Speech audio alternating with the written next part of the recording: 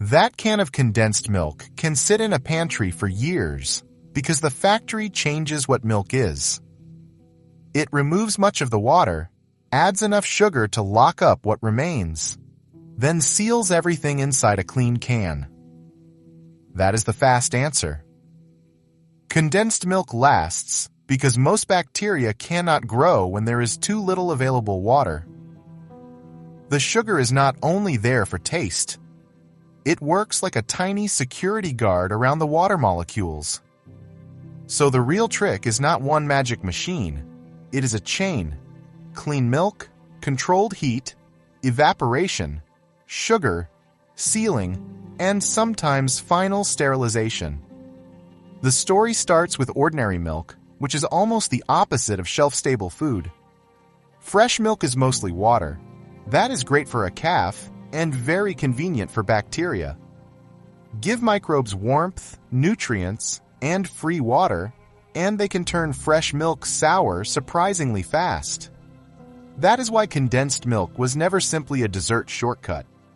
It began as a preservation problem. How do you take a fragile liquid from a cow and make it survive storage, shipping, heat, and time? The answer is to make the milk less friendly to life. Not poisonous, not artificial, just too dry, too sugary, and too sealed for most microbes to do their job. That is the idea hiding inside the can. Inside the factory, the first step is not the sugar.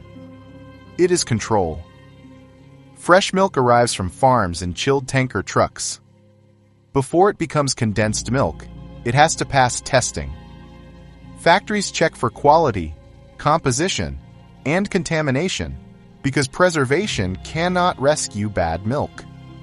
That is important. Condensed milk is not made by taking risky milk and making it safe later. It starts with milk that must already meet strict standards. The milk is then pasteurized.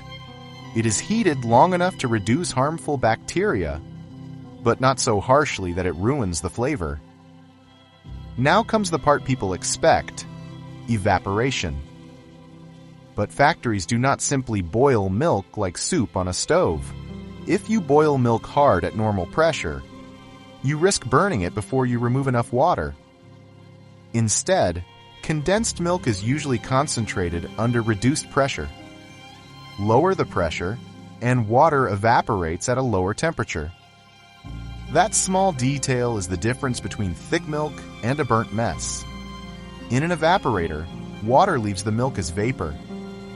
Proteins, lactose, minerals, fat, and flavor become more concentrated.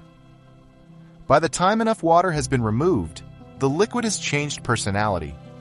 It is no longer fresh milk. It is dense, heavy, pale, and much harder for microbes to use. But evaporation alone is not the whole reason sweetened condensed milk lasts so long. Here's the wrong assumption. People often think the can lasts because everything inside was simply cooked to death. Heat helps, and cleanliness matters. But the sugar is the deeper trick. When sugar is added in large amounts, it ties up water. Microbes may still be present in tiny numbers, but they cannot easily access enough free water to multiply. This is the same broad idea behind jam, honey, and some syrups. They can contain moisture, but the water is not available in the same way it is in a glass of milk. Food scientists call this water activity. You do not need the term to understand the idea. Bacteria are not just looking for wetness. They need usable wetness. That is why sweetened condensed milk and evaporated milk are not the same thing. Both are concentrated. Both begin with milk. Both often come in cans. But evaporated milk is not loaded with sugar, so it needs more intense sterilization to stay safe on the shelf. Sweetened condensed milk uses sugar as part of the preservation system. That is also why the texture feels so different. The factory is building a place where bacteria are uncomfortable. After concentration, The product still has to be made smooth, consistent, and packable. The sugar has to be fully dissolved because gritty crystals would ruin the texture.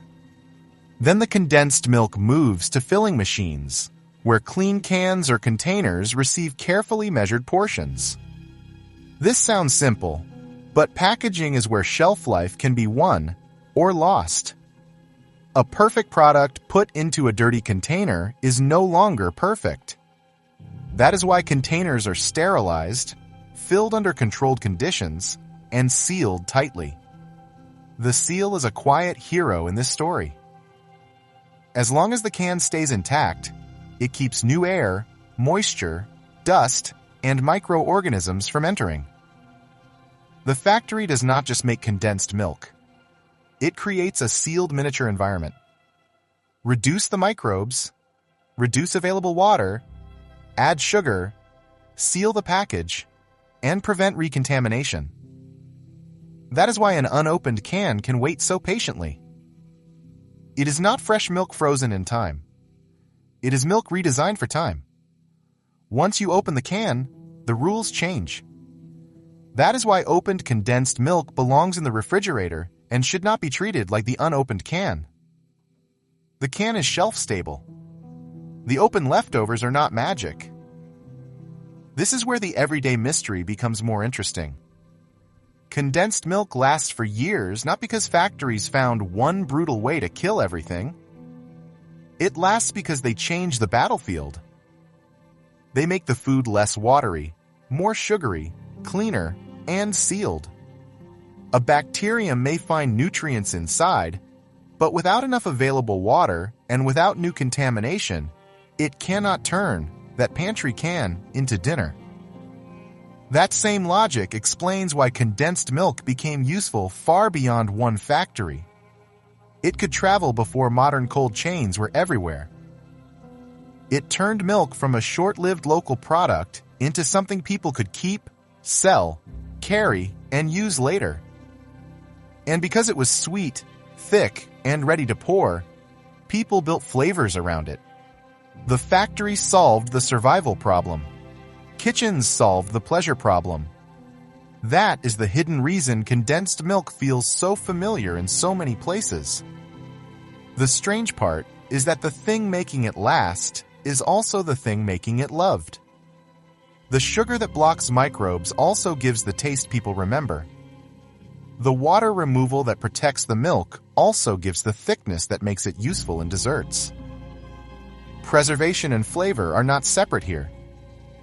They are the same design doing two jobs. So the next time you see a small can of condensed milk, do not think of it as ordinary milk with sugar added. Think of it as milk that has been rebuilt. Less water, more sugar, less room for bacteria, more room for time. That is how a fragile farm product becomes a pantry ingredient that can wait for years. And if this made one simple can feel surprisingly engineered, the next everyday factory mystery starts with another familiar question. How does ordinary milk become cheese? A food that can age for months, develop mold on purpose, and still be exactly what people want. Condensed milk does not last because it is untouched by time. It lasts because the factory gives time almost nothing to work with.